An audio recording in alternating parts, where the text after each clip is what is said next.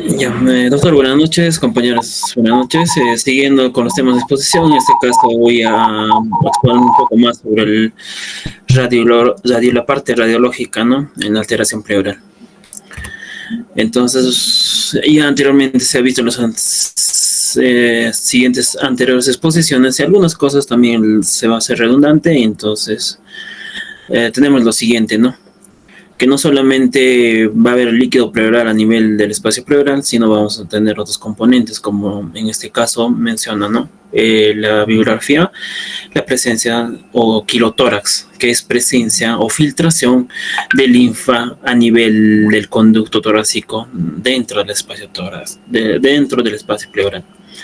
Y en el 50% de estos pacientes se debe pues a una lesión traumática, ¿no?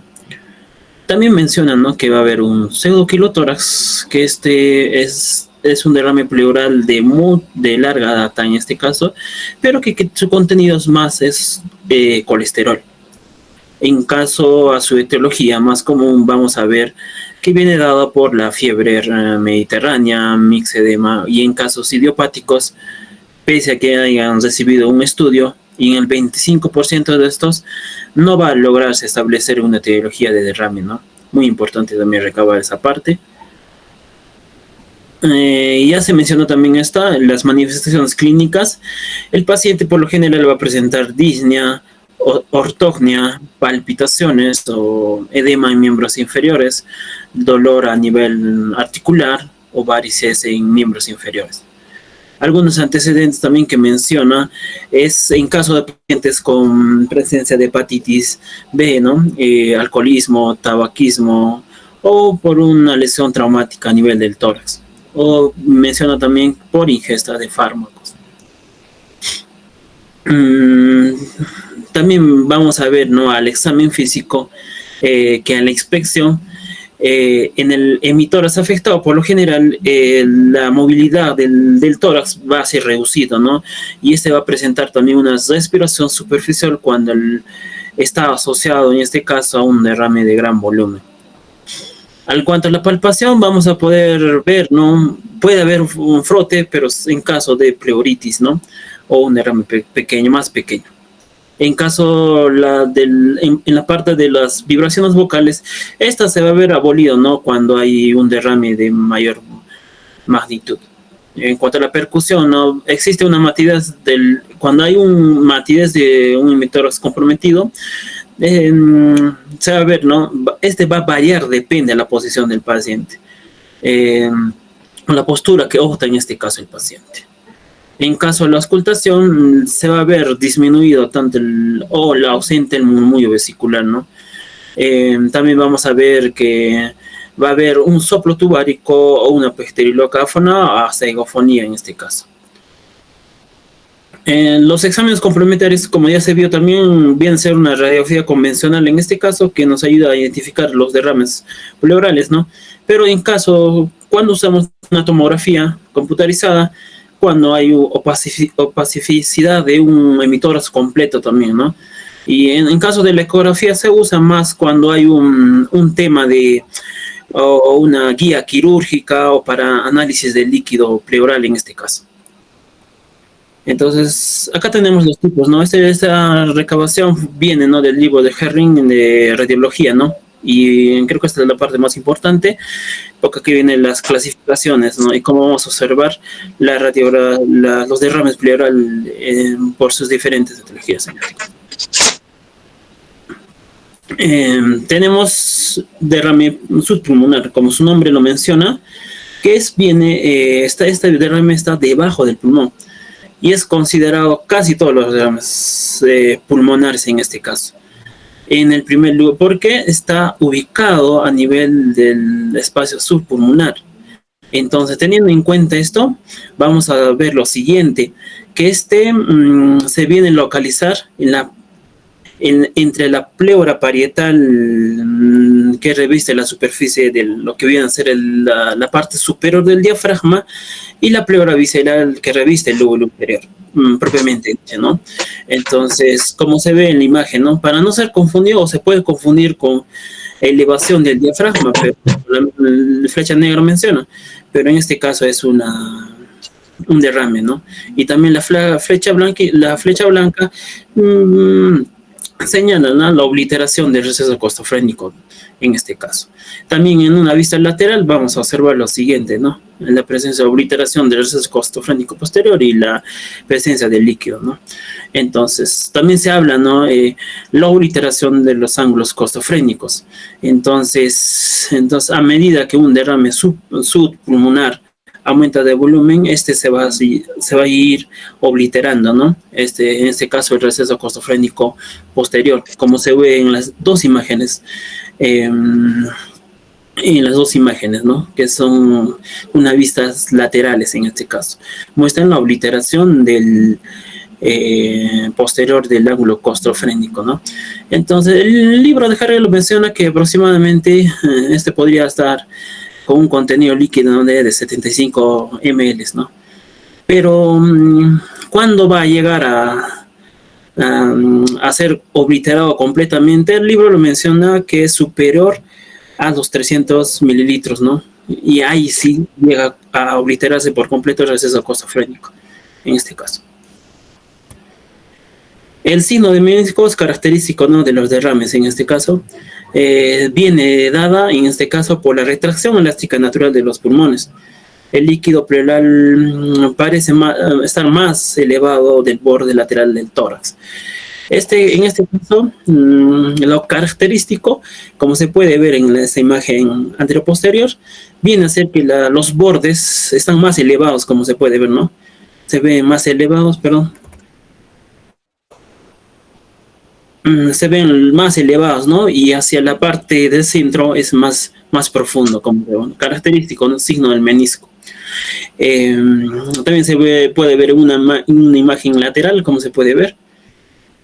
Y esta se va a variar, depende de la posición que opta el paciente.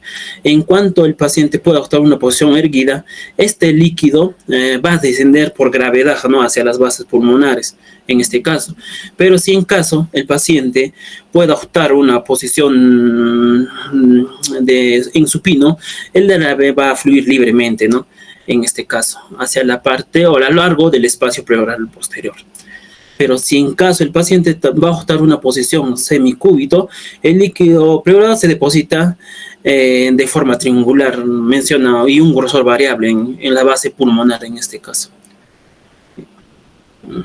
Y lo siguiente, no vamos a tener el hemitórax opacificado, en este caso. Mencionamos también, pero en este caso se opacifica por un derrame cuando supera, ¿no?, los 2 litros de líquido. Viene a ser un derrame, ¿no?, masivo en este caso.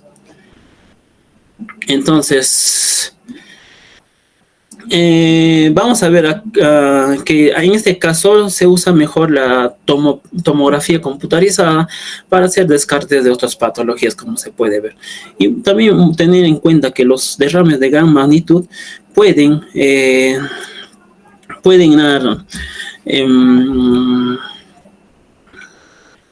avanzar o empujar las estructuras anatómicas en caso del mediastino, ¿no? Vemos acá que el hemitórax, el derrame es en el hemitórax derecho y es masivo, ¿no? Y vamos a ver que está empujando al lado contralateral, que está el sano, ¿no? Y vemos la silueta de la cardíaca, ¿no? Entonces podemos ver que esto está empujando las estructuras anatómicas del mediastino, cuando son de gran volumen en este caso. Entonces también vamos a hablar de derrames loculados, y esto es muy interesante porque estos no obedecen a la gravedad, ¿no?, como se puede ver en la imagen, ¿no? Y precisamente se debe a adherencias, ¿no?, en el espacio pulmonar en este caso. Y esto es propiamente en procesos infecciosos, ya sean antiguos o un hemotórax.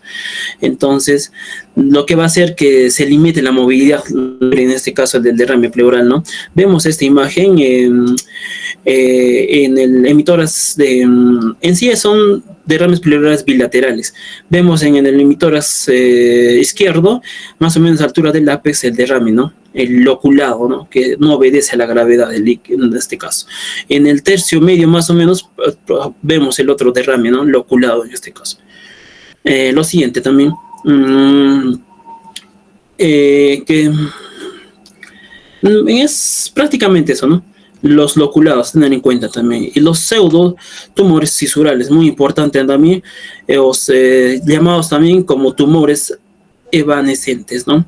Son acumulaciones bien delimitadas de líquido pleural que se localizan entre capas de una fisura pulmonar interlobar. Muy importante eso, ¿no? O también en un área subpulmonar inmediatamente por debajo de la cisura, tener mucho en cuenta.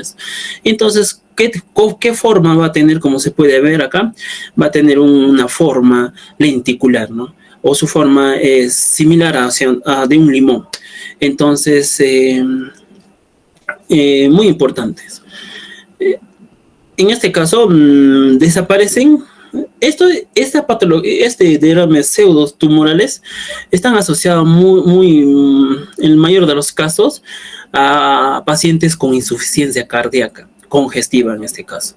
Entonces, ¿va a llegar a desaparecer? Sí, va a llegar a desaparecer, pero también puede llegar a originarse de nuevo cuando hay una insuficiencia cardíaca recidiva en este caso, ¿no? Pero aparecen en el mismo lugar en este caso. Tener en cuenta esa parte. Entonces, los derrames laminares, ya también hablamos, cuando es laminar, cuando es una forma de derrame pleural, ¿no? En el que el líquido aparece en forma de una densidad lámina. Perdón. Por favor, sí, Abel. Retrocede un poco tu diapositiva, por favor. Más. Más. Ya, ok. Entonces, tenemos que tener en cuenta que los derrames pueden ser de líquido o agua, que vendría a ser un trasudado, o pueden ser inflamatorios, que vendría a ser un exudado. Eso ya hemos visto el día de ayer. En el exudado, pues tenemos los que pueden ser purulentos, los que pueden ser hemáticos o los que pueden ser de kilotóxicos, ¿no? Lo que hay que tener en cuenta es que en las imágenes postero anteriores, el ángulo costo diafragmático, se llama costo diafragmático porque está en la unión del diafragma con la pared costal, se va a obturar cuando hay 200 cc, o ya podemos ver obturado cuando hay 200 cc de líquido pleural. Entonces, en una radiografía de tórax, basta que veamos que el ángulo costodiafragmático, vuelvo a decir, la zona donde se une el diafragma con la región costal, está obturado y es un derrame pleural, ya es mínimo 200 cc de líquido pleural. A diferencia de que en el ángulo costofrénico, el ángulo costofrénico es más sensible al derrame pleural. Basta que haya 50 cc de líquido pleural, se va a obturar el ángulo costofrénico. Entonces, habíamos dicho que la producción normal del líquido pleural, algunos dicen que es 20, otros dicen que es 20, pero cuando hay más del doble, en la radiografía lateral ya vamos a ver obturación del ángulo costofrénico. La siguiente, por favor.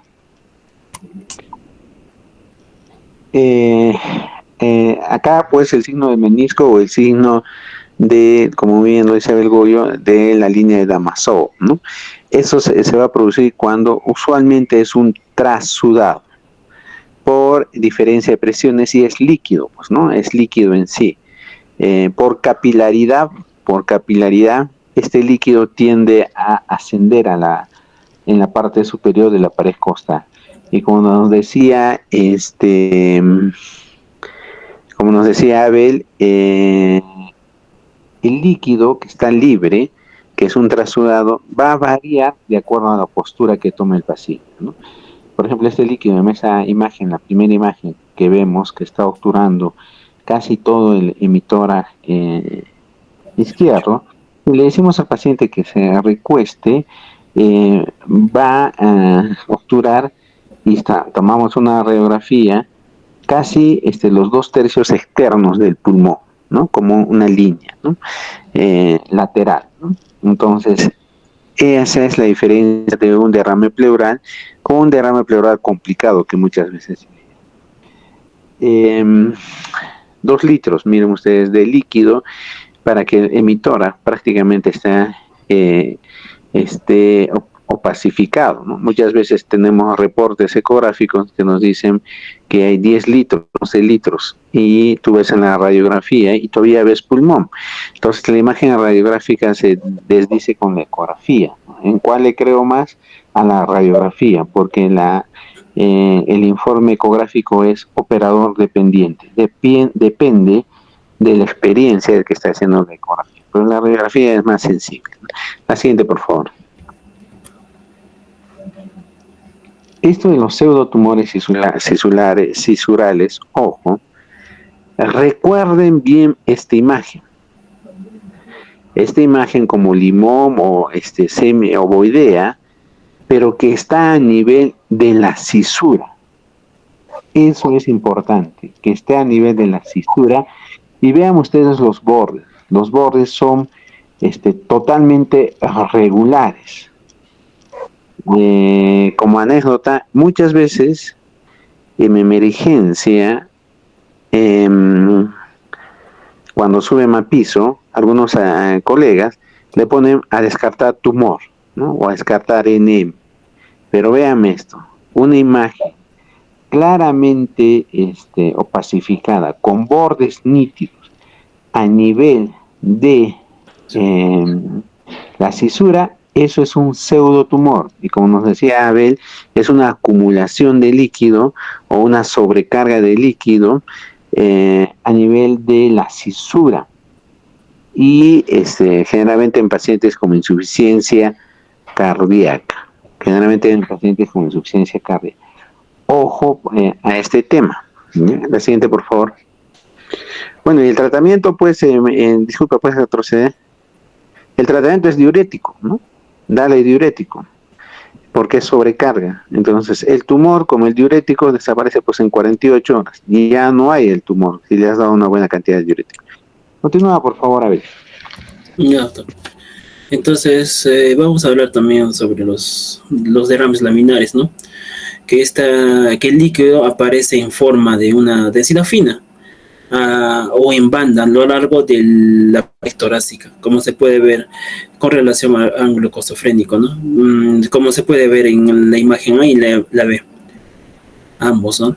Entonces, a diferencia del borramiento que se produce en un derrame convencional, en las laminares ya también va a haber va a resultar de una presión en la aurícula izquierda en este caso. También en pacientes con insuficiencia cardíaca congestiva o también por diseminación linfática de un tumor maligno en este caso. Es en caso a los laminares, ¿no? Entonces, por último, vamos a tener un hidroneumotórax características porque va a haber dos complejos, ¿no? Tanto la presencia de aire en los pulmones y líquido en los pulmones. Lo característico es ver, ¿no? Los niveles hidroaéreos, como se menciona acá en la fecha, ¿no? Las flechitas negras. Y vemos por completo, ¿no? El pulmón derecho en este caso, muy radiolúcido, presencia de aire en este caso.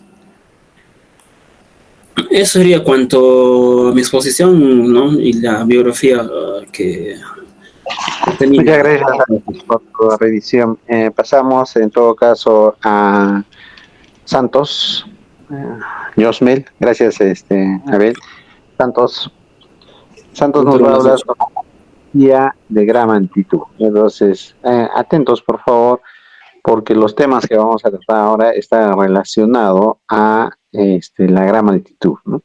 Recuerden ustedes que usualmente denominamos altitud o altitud considerable mayor a 3.000 metros, ¿no? Entonces nosotros estaríamos dentro de ese rango, ¿no? Entonces hay que tener en cuenta muchos de los procesos que se van a hablar acá para cuando veamos pacientes, sobre todo pacientes adultos mayores. Muchas de las cosas que se van a hablar acá se pueden visualizar en el paciente adulto mayor que ha vivido por mucho tiempo en la altura, ¿no?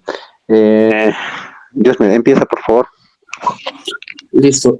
Doctor, buenas noches. Compañeros, buenas noches. Como el doctor ya lo mencionó, mi tema es fisiología a gran altitud, ¿no? Siguiente diapositiva, por favor.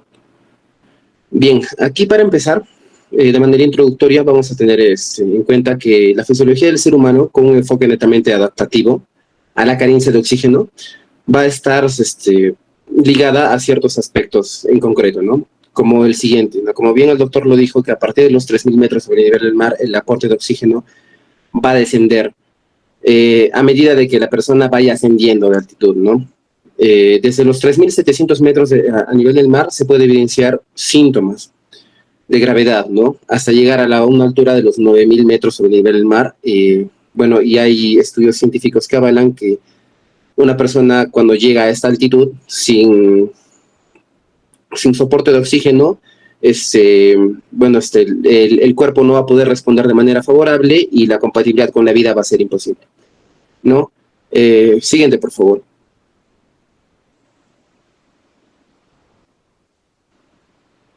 A ver, siguiente diapositiva, por favor.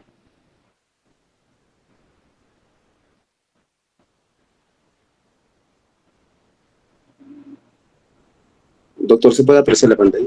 Ok, bien. Sí, está bien. Bien. Vamos a tener aquí una consideración muy notable, que los pobladores de altura, los cuales van a vivir por encima de los 3.000 metros sobre el nivel sobre el nivel del mar, van a conllevar una adaptación fisiológica muy notable en comparación a los que viven en la costa, ¿no? Bien, hay evidencia científica que avala que, por ejemplo, personas que viven a 1.100 metros sobre el nivel del mar no van a presentar ese tipo de eficiencia en cuanto a su adaptación, ¿no? Y bueno, el artículo científico en el cual yo me basé para hacer esta revisión científica pone un ejemplo bien notable, que las aerolíneas, los aviones, cuando llegan a los 1.100 metros de nivel del mar, tienen que presurizar sus cabinas para equiparar la presión barométrica de oxígeno para que los tanto tripulantes como pasajeros puedan llegar a su destino con bien, ¿no? Aquí hay un cuadro, por ejemplo, este cuadro va a evidenciar, ¿no? Que es del Guyton, va a comparar la saturación de oxígeno en cuanto a la altitud, ¿no? Y aquí se puede evidenciar que mientras más altitud, la saturación de oxígeno va a bajar en las personas que están expuestas a esta presión. Siguiente, por favor. En cuanto a la aclimatación, vamos a tener una respuesta individual a cambios fisiológicos, a exponerse a grandes altitudes, como ya lo mencioné. Van a presentar mayor efectividad y predisposición genética a los habitantes de la sierra. Estos van a dar una respuesta más favorable a la falta de oxígeno. En caso de que estos habitantes que viven en altura, por ejemplo, también tengan una escalada muy, muy rápida, a más de los 3.000 metros sobre el nivel del mar, en cuanto a velocidad y altitud, van a tener en cuenta que su organismo va a necesitar una adaptación, una predisposición marcada. Esta puede ser una predisposición genética, una predisposición anatómica o tal vez de hábitos nocivos, ¿no? Si es que el paciente consume alcohol, fármacos, o en cuanto a la temperatura también, ¿no? Ya que esta va por la vasoconstricción o vasodilatación, va a poder como que predisponer a esta persona que no se puede adaptar de manera favorable a ella. Y esto solamente va a llevar a que la persona pueda incorporar menos oxígeno hacia su cuerpo. Siguiente, por favor. Bien, hablando netamente de problemas fisiológicos asociados a la hipoxemia e hipoxia, ¿no? Vamos a hablar primero de la hipoxemia. La hipoxemia va a estar sujeta netamente a la presión barométrica. Esta va a conllevar a una disminución de la presión parcial de oxígeno. La presión barométrica va a estar relacionada a la columna de aire que va a estar por sobre un sujeto, ¿no? Cabe recalcar aquí que mientras más altitud, la presión barométrica va a ser distinta y la presión de aire obviamente va a ser menor, por lo cuanto las personas que están expuestas a gran altitud van a presentar una presión de aire menor, y por cuanto no la van a poder incorporar a su organismo, ¿no? Como aquí el cuadro claramente lo detalla, ¿no? Siguiente, por favor. Bien, en cuanto al CO2, vamos a tener que el CO2 excretado e inspirado y la presión barométrica van a afectar netamente a lo que es la presión de oxígeno alveolar. esta también va a estar relacionada a los vapores de agua y también los otros componentes atmosféricos que estén presentes, y en su mayoría va a ser el nitrógeno, ¿no? La presión de vapor de agua alveolar va a ser constante en su mayoría, y esta va a ser de 47 milímetros de mercurio. Aquí puse un cuadro, el cual es de salud, el cual se hizo en época de COVID, el cual va a mencionar, bueno, obviamente es un cuadro actualizado que va a ir desde los 0 metros, desde los 0 metros sobre el nivel del mar hasta los 3.900, ¿no? Y aquí se puede evidenciar la saturación de oxígeno, ¿no? Como en cuanto va a ser por departamentos, aquí podemos evidenciar que en el caso de Cusco, Junín, Huancavelica y Juliaca, vamos a tener que una saturación de oxígeno desde 87 a 95% va a estar considerado como normal. De 83 a 86% va a presentar una hipoxia leve. Si es que es de un 97 a un 82%, va a ser una hipoxia moderada, y si va a ser menor a 78%, va a ser una hipoxia severa, ¿no? Y como ya lo mencioné, aquí están las fuentes, y esta es una evaluación médica de urgencia de si es que tanto sea hipoxia leve o severa, van a necesitar de soporte de oxígeno o oxigenoterapia para que el cuadro no se exacerbe a lo que podría ser quizás hasta llegar a un punto de un edema pulmonar de altura. Siguiente, por favor. Josme, ¿podrías esperar un poquito? Vean, esta imagen que incorpora Josme de salud es una imagen por la que nosotros nos hemos guiado mucho durante la pandemia de COVID, ¿no? A veces queremos nosotros de que el paciente anciano que ingresa a hospitalización, queremos llevarlo pues a una saturación 95, 96%, como si estaría a nivel del mar, ¿no? Y hay que recordar que por la altura basta que tengamos una saturación entre 85 y 90%, los que están rotando habrán visto que muchas veces indicamos oxígeno para saturación entre 85 y 90%, eso es una saturación adecuada para nosotros los que vivimos en altura, ¿no? Que estemos entre 85 y 90% es adecuado, ¿no? Porque es más para 3.400 metros, nosotros estamos a 3.500, entonces no hay que obsesionarse con que nosotros, que somos pobladores de altura, tengamos que llegar a saturaciones de oxígeno 94, 95, 96, no. Basta que tengas por encima de 85 y no estés haciendo taquicardia, estás con buena saturación. Tranquilo, 85 está bien, sobre todo en pacientes adultos mayores. Continúa, por favor, Josme. Listo, doctor. Bueno, hablando netamente de la hipoxia, esta va a ser la disminución de la liberación de oxígeno en los tejidos. Y esta va a estar sujeta a la ventilación alveolar, a la distribución de esta a la sangre, al transporte unido a la hemoglobina, ligado a la oxihemoglobina, y esta en su medida en cuanto se pueda liberar en los tejidos, ¿no? Vamos a tener que aquí, mientras a menor gasto cardíaco va a haber un menor flujo sanguíneo, y eso nos va a llevar a una hipoxia, ¿no? Bien, tenemos que el gasto cardíaco y el contenido de CO2 en la sangre van a estar completamente de la mano. Vamos a tener también evidencia que una disminución de la cantidad complementaria de oxígeno en hemoglobina va a disminuir el contenido total de oxígeno en la sangre, ¿no? Esto va a dar el mal de altura llamado, ¿no? Y bueno, la clínica del mal de altura va a ser que el paciente va a presentar cefaleas, náuseas, mareos, palpitaciones e insomnio. Parte de estos mecanismos parte de esta sintomatología que el paciente va a presentar está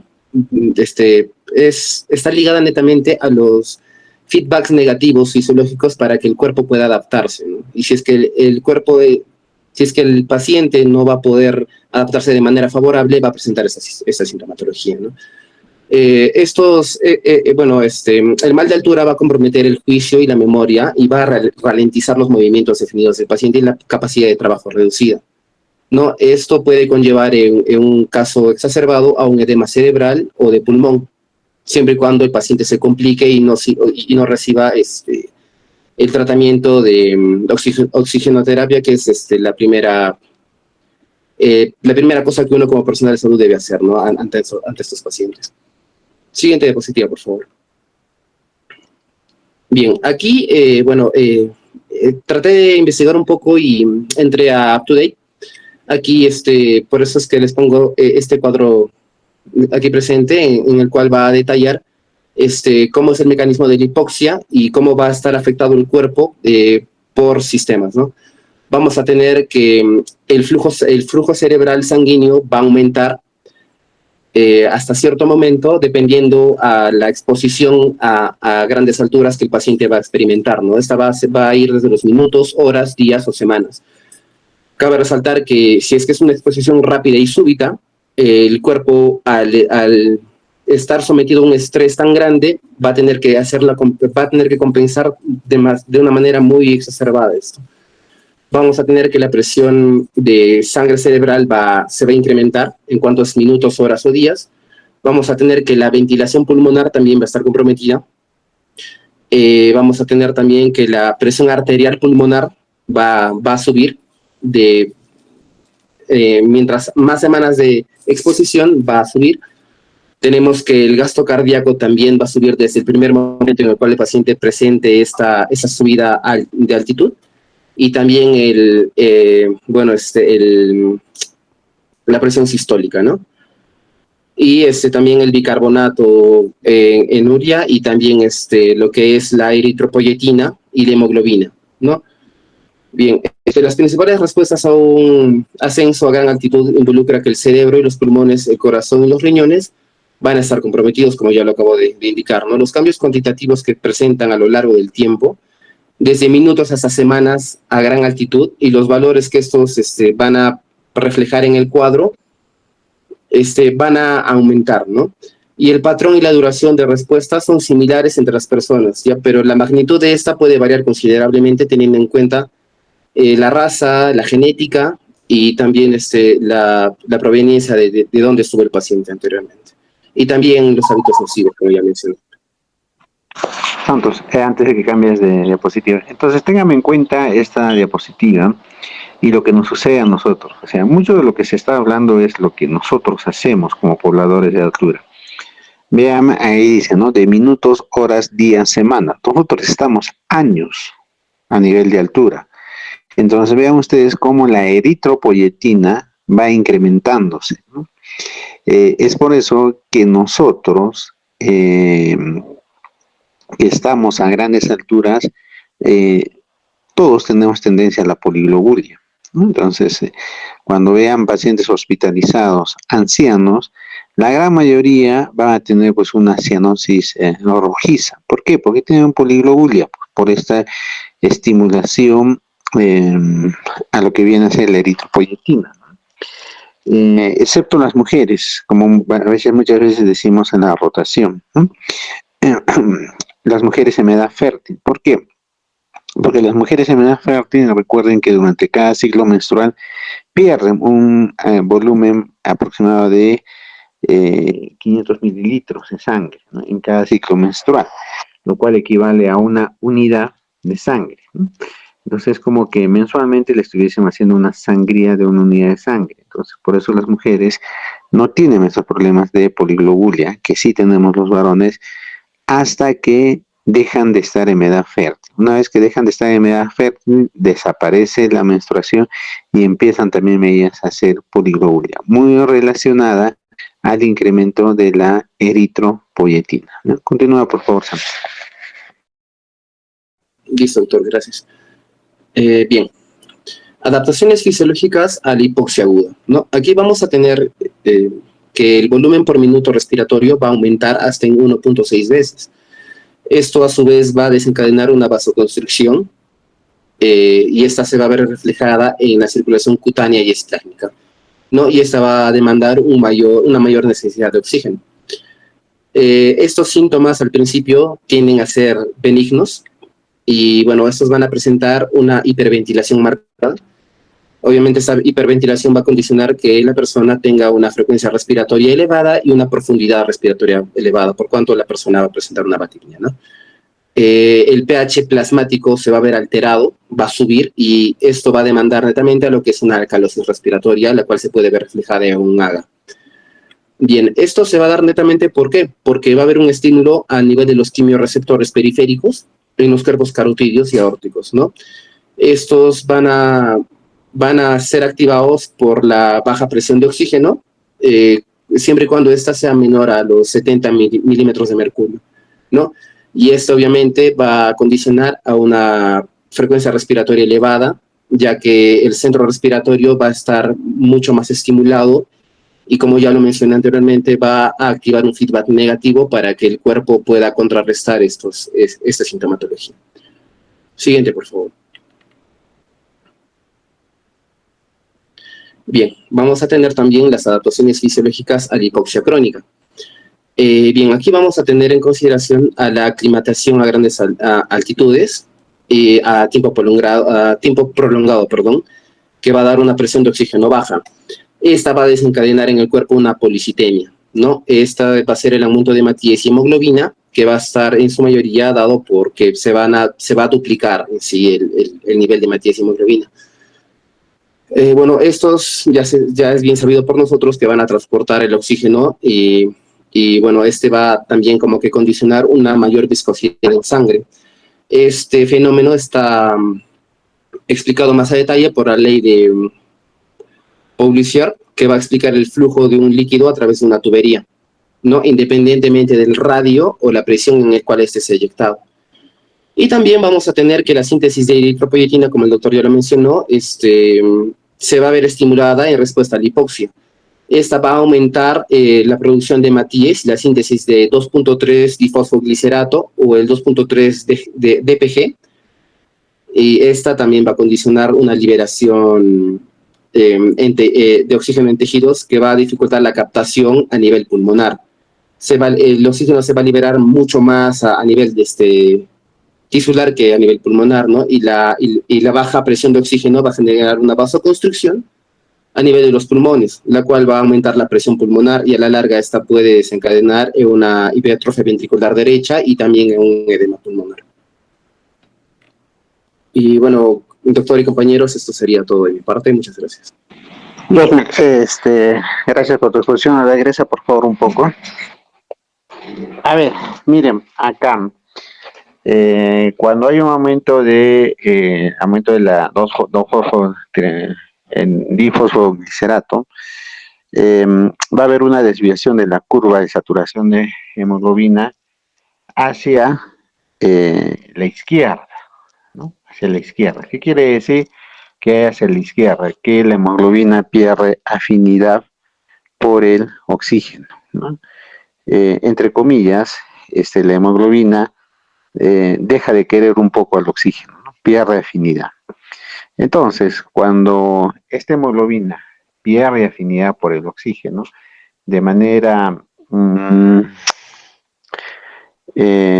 con fines netamente académicos, vamos a decir que la hemoglobina deja de querer pues al oxígeno. Entonces, cuando llega a los tejidos pues están ávidos por el oxígeno. Entonces, fácilmente, entre comillas, la hemoglobina se deja arrebatar el oxígeno porque ya perdió su afinidad, ya ha dejado de querer al oxígeno. Rápidamente lo entrega, no se hace mayores problemas en entregar este oxígeno a los tejidos.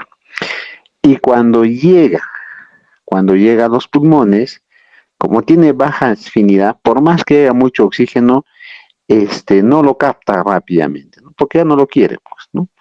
Entonces, por eso el 2,3-difosfoglicerato desvía la columna de saturación de la hemoglobina hacia la izquierda. Ahora, todo ese proceso nos lleva a una disminución de la presión alveolar de oxígeno. Y esta disminución de la presión alveolar de oxígeno, un segundito que pase el avión, por favor.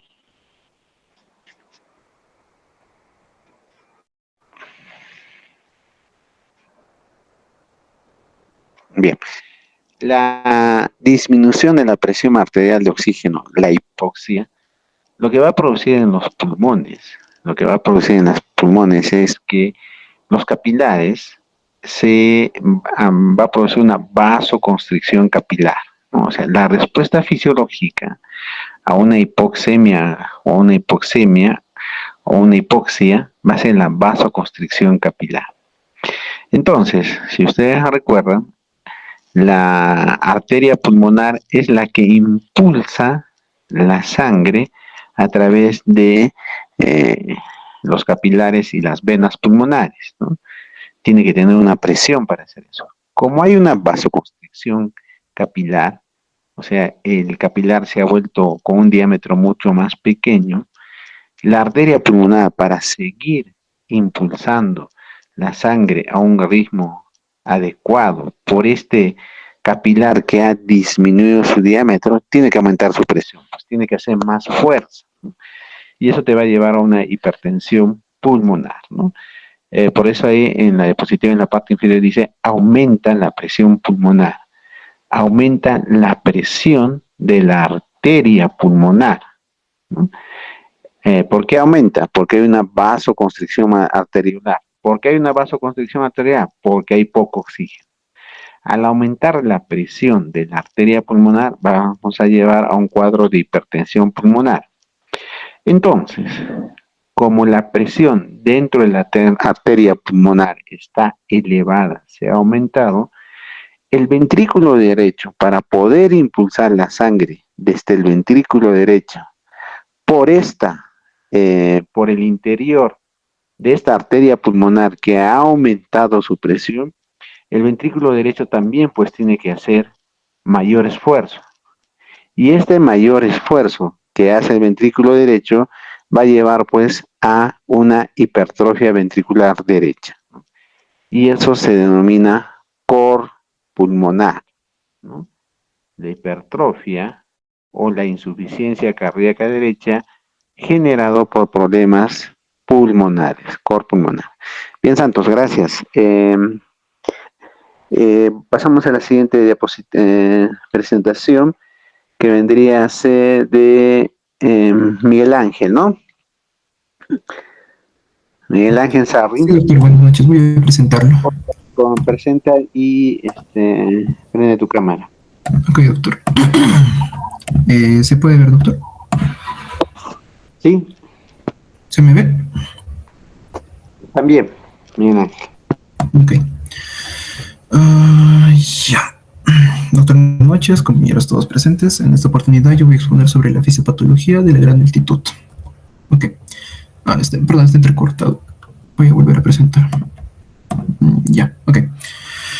La fisiopatología de la gran altitud se va a centrar en efectos que van a tener más en los efectos que estos trae con cuanto a lo que viene a ser la disminución de la presión atmosférica a medida que estos van ascendiendo en la altitud. Este fenómeno se va a ocurrir de manera progresiva, por así mencionarlo, por lo que cuanto más alto nos encontramos en lo que viene a ser el nivel sobre el nivel del mar, va a ser la presión menor. Hablamos en cuanto a la presión atmosférica. Como consecuencia directa, también vamos a encontrar una disminución de la presión parcial del oxígeno en el aire, el cual es el que respiramos. Esta reducción va a ser... esta reducción en la presión parcial de oxígeno va a generar que este conocido como lo que se conoce como la hipoxia, ¿no? Esto quiere decir una baja disponibilidad del oxígeno para lo que vienen a ser los tejidos de nuestro cuerpo. Y bueno, frente a la hipoxia, el organismo va a evitar o va a intentar componerse o va a intentar recomponerse en base a mecanismos fisiológicos como tienen un objetivo principal, ¿no? Que viene a ser la oxigenación tisular. Estos vienen a incluir como mecanismos como el aumento de la frecuencia respiratoria, la frecuencia cardíaca y a largo plazo pues la producción de los glóbulos, entre otros, como también podemos ver distintos mecanismos que vamos a ir viendo a continuación. Ok, hablamos en cuanto a la composición del aire y la presión atmosférica. Para poder entender, pues tenemos que saber que el cuerpo humano, como ya se sabe, fundamentalmente necesita los distintos componentes del aire. Y como también va a variar, por así mencionarlo, lo que viene a ser la presión atmosférica con la altitud. Entonces, el aire que respiramos va a estar compuesto por una mezcla de gases, siendo principalmente el oxígeno en un 20.9% del total de estos. Este porcentaje se va a mantener relativamente constante, incluso al ascender a grandes o distintas alturas. ¿Qué más? Esto va a estar aproximadamente hasta los 11.000 metros sobre el nivel del mar. Es decir, la proporción de oxígeno en el aire no va a cambiar significativamente con la altitud. Sin embargo, lo que sí cambia es la presión atmosférica total. Y este cambio va a ser lo que va a generar los efectos fisiológicos. Pues a nivel del mar, la presión atmosférica es de aproximadamente unos 760 milímetros de mercurio. Pero al ascender, por ejemplo, a 5.500, se va a suceder que va a ir variando esto, ¿no? Como por ejemplo se puede encontrar alrededor de 380 milímetros de mercurio. Esta caída va a tener un impacto directo prácticamente en lo que viene a ser la presión parcial del oxígeno, lo cual también va a generar una disminución de esta. Y bueno, si es que nos mencionamos el por qué es importante esta presión, pues es porque la fuerza que va a impulsar el oxígeno a difundirse durante lo que viene a ser la propulsión de los alvéolos pulmonares hacia los capilares sanguíneos va a generar esta fuerza que va a impulsarlo. Entonces, cuando la presión de oxígeno va a bajar, este gradiente de presión se reduce, por lo cual hace que la sangre se comprometa, o bueno, esté comprometiéndose seriamente en cuanto a lo que viene a ser la disponibilidad en el cuerpo. Ok. Hipoxia hiperbárica. La hipoxia hiperbárica es el fenómeno fisiopatológico que se va a centrar en la gran altitud. Se define como la disminución de la presión parcial del oxígeno en el aire que vamos a respirar, debido a la menor presión barométrica que existe a grandes alturas. Es importante resaltar que, aunque el porcentaje de oxígeno en el aire se va a mantener constante, que viene a ser, como se menciona, alrededor del 20.9%, la cantidad real que es lo que va a disminuir, ya que la presión atmosférica total es más baja, y con ello también va a disminuir la presión de oxígeno. Bueno, la presión parcial del oxígeno, mejor dicho. Entonces, el organismo responde inicialmente a esta situación que vamos afrontando. Va a aumentar la frecuencia respiratoria y la frecuencia cardíaca. Sin embargo, van a haber mecanismos que van a buscar compensar la menor disponibilidad de oxígeno incrementado en cuanto a su captación y su distribución. Sin embargo, estas respuestas van a ser tanto compensatorias, pero pueden resultar insuficientes, por así decirlo.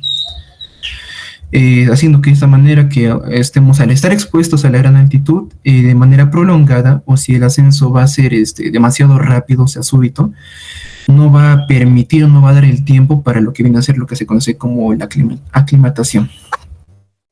Por último, pues va a afectar directamente a la oxigenación alveolar de los tejidos y también arterialmente, reduciendo así el suministro de oxígeno a lo que vienen a ser los tejidos, como ya se mencionó. Esto va a afectar y va a alterar lo que es el metabolismo tisular, va a afectar a los sistemas del cuerpo. Y en cuanto a distintos niveles, como se había mencionado próximamente, por ejemplo, el nivel pulmonar, se va a deteriorar el intercambio gaseoso. En cuanto a lo que vienen a ser los vasos pulmonares, se va a producir una vasoconstricción, lo que puede llevar a la hipertensión pulmonar, y va a generar en un desequilibrio. Bueno, en cuanto al equilibrio de los electrolitos, se van a generar distintas alteraciones en base a lo que vienen a ser las bombas iónicas. Y bueno, en general puede dar lugar a enfermedades ya relacionadas con la altitud, como el que se conoce como el mal agudo de montaña, o también un edema pulmonar, o un edema, un edema pulmonar, un edema también puede ser cerebral de lo que viene a ser la altura. En cuanto a los mecanismos de respuesta fisiológica, frente a lo que se conoce como ya mencioné, la hipoxia hipobárica, bueno, el cuerpo humano va a desplegar, como se pudiese decir de esa manera, una serie de mecanismos que van a generar la respuesta para tres principales fases: la acomodación, la aclimatación y la adaptación. Ok, empecemos por la acomodación. Esta va a ser la respuesta inmediata ante lo que viene a ser la exposición a la altitud. Va a ocurrir en un tiempo de horas, que consiste principalmente en un aumento en la frecuencia respiratoria, o sea, una hiperventilación, y va también a aumentar la frecuencia cardíaca. En cuanto al siguiente proceso, que es la aclimatación, va a ser una respuesta más progresiva que va a aparecer tras varios días ya o incluso semanas de extensión en continuo cuando nos encontremos en la altitud. Esto va a implicar ya más cambios profundos en lo que viene a ser la fisiología corporal, como también puede ser la producción de lo que se conoce como la eritropoyetina en cuanto a procesos hematológicos. ¿Qué más? También va a estimular la producción de glóbulos rojos y a la hemoglobina. También va a mejorar de forma significativa, no significativa, pero sí progresiva, lo que viene a ser el transporte del oxígeno en la sangre. En cuanto al último proceso, que es la adaptación, va a ocurrir ya en las poblaciones que viven de forma permanente en las altitudes elevadas. Estas personas van a tener un desarrollo ya, principalmente se puede decir genético, y también a nivel celular, a lo que viene a ser a lo largo de sus generaciones, es decir, a manera ya más prolongada. Por ejemplo, mencionamos que ¿cómo lo digo? Estos pacientes van a tener mayor densidad, por así decirlo, mitocondrial en las células, lo cual les va a permitir utilizar más oxígeno de manera, bueno, no más oxígeno, les va a permitir que su oxígeno sea utilizado de manera más eficiente. Y también van a presentar un crecimiento ya más característico anatómico en lo que viene a ser el ventrículo derecho del corazón. Y también mecanismos vasculares, los cuales van a ayudar a reducir el impacto de la vasoconstricción del pulmonar. Entonces, ante estos serios mecanismos fisiológicos, se van a permitir que el cuerpo se oxigene, haya la hemostasia, y bueno, aproximadamente se permita adaptarse, ya sea por la rapidez o sea por la predisposición del paciente o la persona como tal. En cuanto a efectos fisiológicos por sistemas, hablamos ya, como se mencionó primero, del sistema pulmonar. En cuanto a este, va a ser uno de los que más directamente se van a ver afectados, ya sea por exposición a la gran altitud, ya también cuando la presión parcial del oxígeno va a disminuir. Los quimiorreceptores carotídeos van a detectar esta caída y envían señales al centro respiratorio del bulbo raquídeo. Esto va a provocar una hiperventilación compensatoria con el objetivo de aumentar la cantidad de oxígeno que entra en el cuerpo, ¿no? Pero aquí va a haber un detalle. Esta hiperventilación también va a conducir a la eliminación de lo que se conoce como el dióxido de carbono. Y bueno, de esta manera... Perdón, otra vez voy a repetir. Entonces, esta hiperventilación va a conducir a la eliminación excesiva del dióxido de carbono, ¿ok? Entonces, esto se va a originar una alcalosis respiratoria para poder contrarrestar este desequilibrio ácido-base y haciendo que el riñón responda a esto excretando el bicarbonato en un intento, no fallido, pero sí un intento negativo a restaurar el pH sanguíneo. Entonces, en la altura, la presión de oxígeno parcial alveolar va a disminuir, lo que va a reducir el gradiente de difusión entre los alvéolos y los capilares pulmonares. Esta situación va a agravar se puede haber agravado durante el ejercicio, ya que el tiempo de contacto entre la sangre y el alvéolo se va a cortar, lo cual va a impedir una adecuada oxigenación. Aparte de ello, la hipoxia va también a estimular el sistema simpático y la liberación de endotelina 1, un componente que es un vasoconstrictor, y lo cual va a provocar una vasoconstricción pulmonar generalizada, lo cual eleva la presión arterial pulmonar en personas que ya han nacido y han vivido en la altura. Estas respuestas se van a manifestar como una hipertensión pulmonar leve y un engrosamiento de las arterias pulmonares, lo que va a representar una adaptación ya más funcional prolongada. Sin embargo, también hay otra condición en la cual las personas no aclimatadas o con un ascenso rápido, esta respuesta se va a ver exagerada y va a generar una condición que se va a llamar fallo por estrés capilar. De los capilares se van a romper debido al aumento de la presión, provocando así el edema pulmonar de altura. También va a haber distintos factores como el ascenso rápido, el esfuerzo físico que puede ser intenso, o también predisposiciones genéticas, lo cual va a generar también distintos fallos ante esto, ¿no? Y mayores problemas o severidad. Hablemos en cuanto a lo que vienen a ser los efectos fisiológicos por sistema cerebral. En particular, el cerebro se nos menciona que va a ser altamente sensible a los efectos de la hipoxia hipobárica. Entonces, se estima que de alguna manera hasta el 80% de las personas que ascienden por encima de los 3.000 metros sobre el nivel del mar pueden experimentar síntomas neurológicos. Uno de los más frecuentes puede ser conocido como la cefalea de altitud, lo cual suele ser de característica sorda, bilateral y opresiva. Y este puede empeorar con el esfuerzo físico o también con los cambios posturales. Esta cefalea puede presentarse de manera aislada o como también puede ser parte de un cuadro del mal agudo de montaña. En cuanto a su mecanismo fisiopatológico, es clave de notar mencionar la vasodilatación cerebral, la cual va a ser inducida por la hipoxia. Esto va a ser para intentar compensar la menor disponibilidad de oxígeno. El flujo sanguíneo va a aumentar, bueno, el flujo sanguíneo del cerebro va a aumentar, lo que va a elevar la presión capilar cerebral. Este aumento es excesivo y si no hay tiempo suficiente, pues el organismo no va a lograr aclimatarse. De esa manera se va a desarrollar un edema cerebral, como ya mencioné anteriormente, lo cual ya, bueno, se conoce como, ¿no?, el aumento del líquido en el tejido del encéfalo. A eso también mencionamos distintas características, como la hipocapnia, que va a ser una hipocapnia ya más secundaria, que esta es secundaria a la hiperventilación. El descenso del dióxido de carbono va a también causar una vasoconstricción y en ciertas áreas del cerebro lo que va a generar es un desequilibrio en la autorregulación del flujo cerebral. Y como resultado, algunas regiones del cerebro pueden estar como excesivamente perfundidas, mientras que otras no van a recibir el oxígeno necesario, lo cual va a contribuir también a la aparición de distintos síntomas. Si hablamos ya a nivel un poco más molecular, van a haber varios mediadores que van a jugar un papel más importante, ¿no?, como el oxígeno, como el óxido nítrico, el cual va a ser un factor de crecimiento endotelial vascular. No, perdón, el oxígeno nítrico y aparte el factor de crecimiento endotelial vascular. Y también se le menciona el factor inducible por hipoxia tipo 1. Estos van a aumentar la permeabilidad de la barrera hematoencefálica, permitiendo así un paso de líquido desde los capilares hacia el parénquima cerebral, favoreciendo al edema.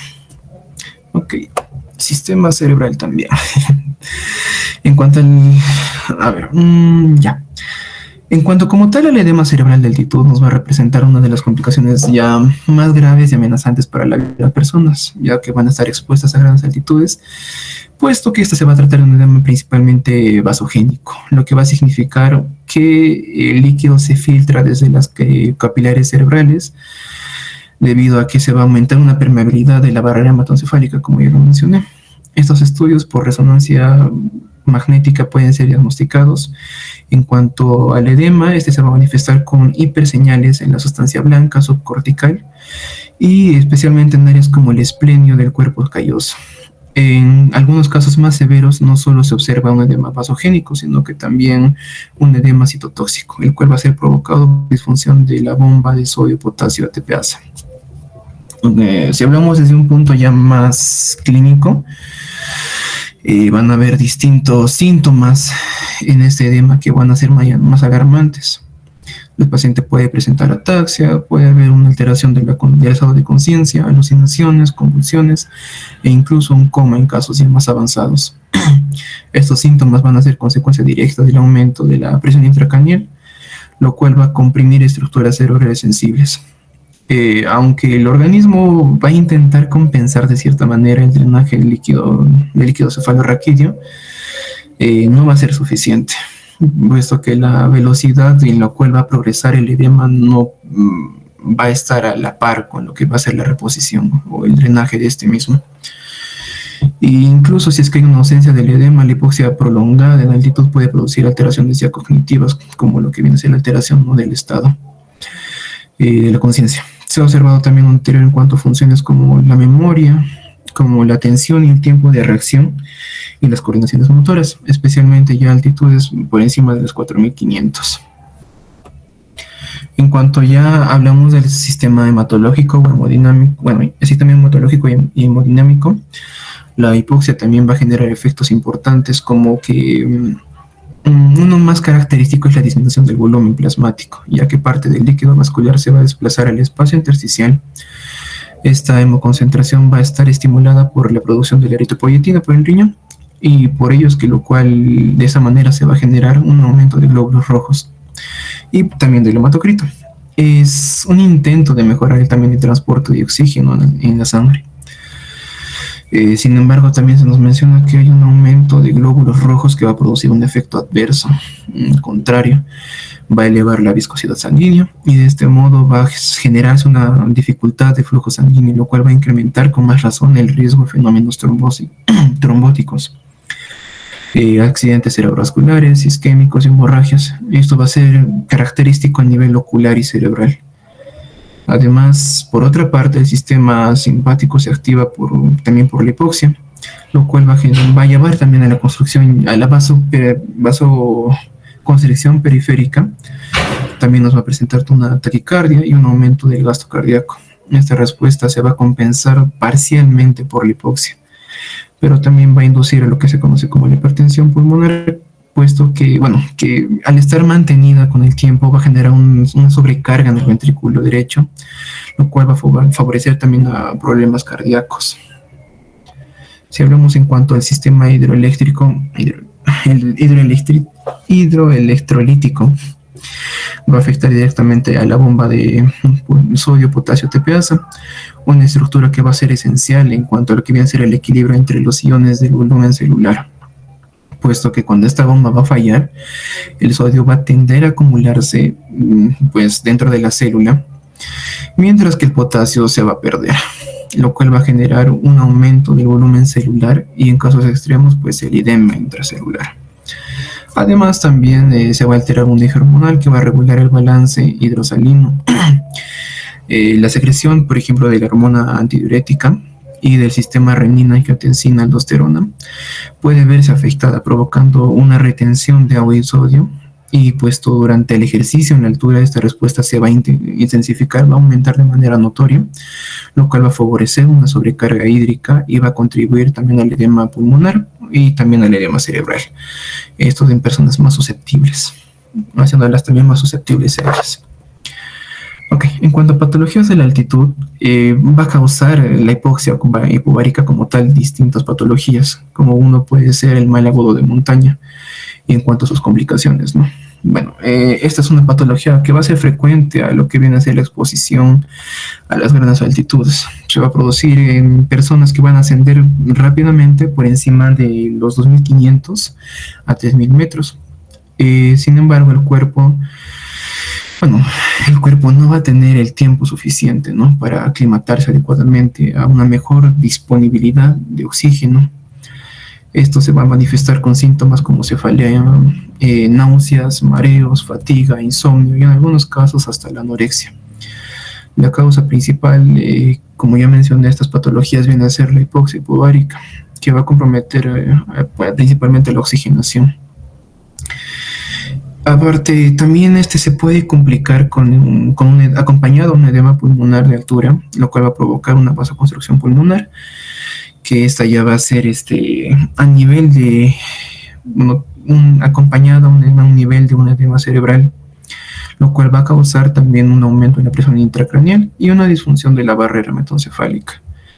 Entonces, de alguna manera es clave prevenir mediante el ascenso progresivo y atención temprana principalmente ante estos síntomas.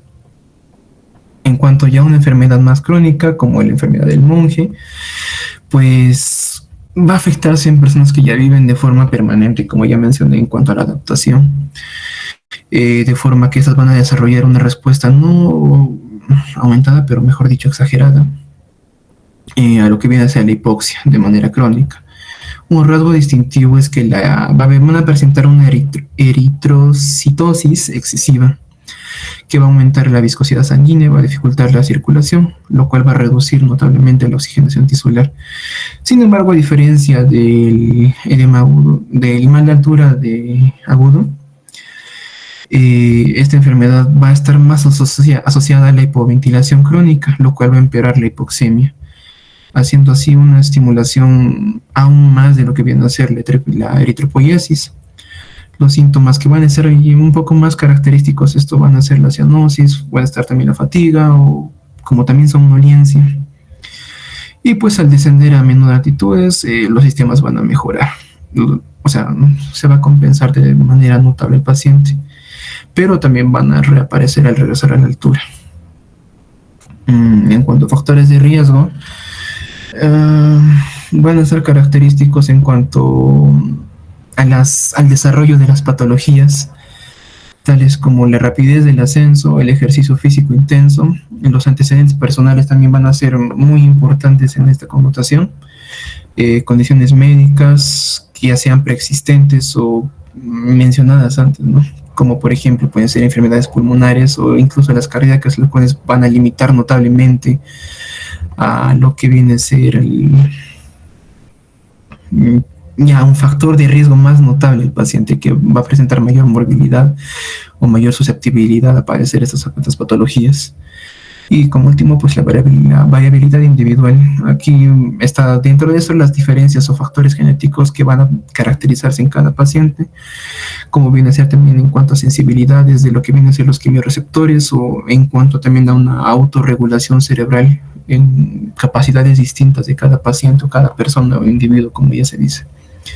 En cuanto a las diferencias de las adaptaciones, hay una aguda y una crónica. La aguda se menciona como la aclimatación. En cuanto a esta aguda, pues, como ya se mencionó, se da en personas que van a subir temporalmente a las grandes altitudes. Va a ser de manera súbita y se va a caracterizar por hiperventilación. Va a haber un aumento de los glóbulos rojos y va a ser transitorio y va a desaparecer al volver a su nivel del mar al cual está acostumbrado su cuerpo. En cuanto a la adaptación crónica, pues va a ver que se va a observar ya en las poblaciones nativas de la altitud. Estas van a incluir cambios genéticos, el aumento de las mitocondrias para mayor oxigenación, la remodelación incluso cardíaca para también poder sobreexistir con esto, ¿no? Prolongadamente ya, y regulación vascular más eficiente. Esta viene a ser una adaptación estable que va a permitir ya vivir a la gran altitud sin ningún problema. Hablemos del edema pulmonar de gran altitud, un poco breve. Este se va a producir cuando la hipoxia va a provocar una vasoconstricción a nivel pulmonar y va a generar un daño en la barrera alveolo-capilar. La presión va a estar elevada, lo cual va a causar una extravasación de líquido del espacio alveolar, dificultando el intercambio gaseoso. El ciclo de la hipoxia va a generar una hipertensión pulmonar y una mayor permeabilidad capilar. Puede progresar rápidamente y va a ser un factor, va a poner en riesgo a la vida del paciente si es que no se va a tratar a tiempo. En cuanto a la historia y su física, podemos mencionar que va a ser, como se mencionó, de inicio insidioso. Va a ser de un momento para otro, por así decirlo, no notablemente entre horas, pero sí días. Síntomas iniciales que pueden ser no característicos, pero sí podemos notar una posible inducción a estas: la tos seca, el dolor torácico, y van a haber una menor tolerancia al ejercicio. En cuanto a su evaluación, podemos contar principalmente que al diagnóstico clínico se necesita mínimo 2 síntomas y mínimo 2 signos, como los antes mencionados, incluido esto a los signos como la cianosis, los estertores, las sibilancias, la taquicardia y la taquimia. Se puede también ver a través de la radiografía unos infiltrados alveolares que van a ser como parchados, una ecografía que podemos ver unas líneas B que van a ser indicativas del edema, y también una mejoría rápida con la oxigenación. Si es que nosotros suministramos a nuestro paciente el oxígeno, pues si es que mejora rápidamente nos da un indicio de qué puede ser. Aparte, el laboratorio y los exámenes del ecocardiograma van a ser de utilidad un poco limitada, pero nos van a ayudar a considerar cuál puede ser un indicio posible de cuál es la patología más específicamente. En cuanto a su tratamiento y manejo, se va a ver, pues el paciente va a necesitar claramente un descenso inmediato de al menos 1000 metros, tiene que ser de esta manera, para poder minimizar o resolver los síntomas. El oxígeno suplementario, que puede ser más o menos con una saturación mayor al 90%, una cama hiperbárica portátil. Sin embargo, esto es un poco complicado, pues que no hay muchas, al menos en nuestro espacio socioeconómico, no contamos con esto tan comúnmente. Si es que no es posible descender de esta manera, si es que el paciente se va a encontrar a altura, ¿no? O sea, claramente, si es que estamos en una población y el paciente va a presentar estos síntomas y no puede descender a otra altura menor, se necesita este tipo de camas.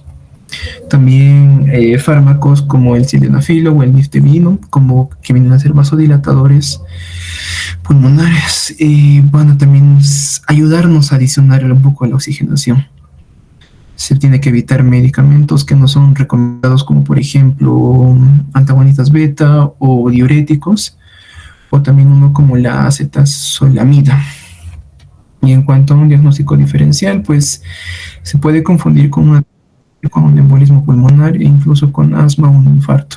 Y una exposición a grandes alturas va a representar pues un desafío fisiológico complejo, de una manera que la hipoxia hipovárica va a afectar a múltiples sistemas del organismo. Y bien, en cuanto a mi conclusión, después de todo haber mencionado estos factores, tanto fisiológicos como fisiopatológicos, puede deducir que los ambientes a gran altitud van a plantear un desafío fisiológico completo debido a que, bueno, la hipoxia hipovárica, como ya se mencionó, va a afectar ya a los organismos, distintos organismos pulmonar, cerebral y más. De esta manera, afectando ya sea de una respuesta aguda o crónica, en ambos casos va a generar variaciones, tanto genéticas como fisiológicas, que son cruciales para poder mantener la homeostasis. Sin embargo, también síntomas como la insuficiencia o la exageración de estas respuestas puede llevar a unas patologías más graves complicándose al paciente, como puede ser el mal de agudo de montaña, el edema pulmonar o cerebral, o la enfermedad del monje. Eso sería todo. Este es un infograma que saqué de internet de los distintos órganos y lo que puede ser, como se conoce, el mal de altura o soroche, afectando, como viene a ser, los pulmones, el cerebro, el estómago, y los síntomas como pueden ser acompañados de manera un poco más arbitraria, qué es lo que se debe hacer como a motivo informativo. Las recomendaciones también son mis referencias, y eso sería todo. Gracias. Gracias, Miguel Ángel. Bueno, hemos hecho la revisión de tanto de la fisiopatología y la fisiología a gran altitud, ¿no? Doctor, siendo las 11:20 vamos a quedar aquí. Mañana terminamos de revisar y llegaríamos hasta lo que es síndromes mediastínicos, quedando ya solamente un tema de lo que viene a ser la insuficiencia respiratoria por revisar como tema.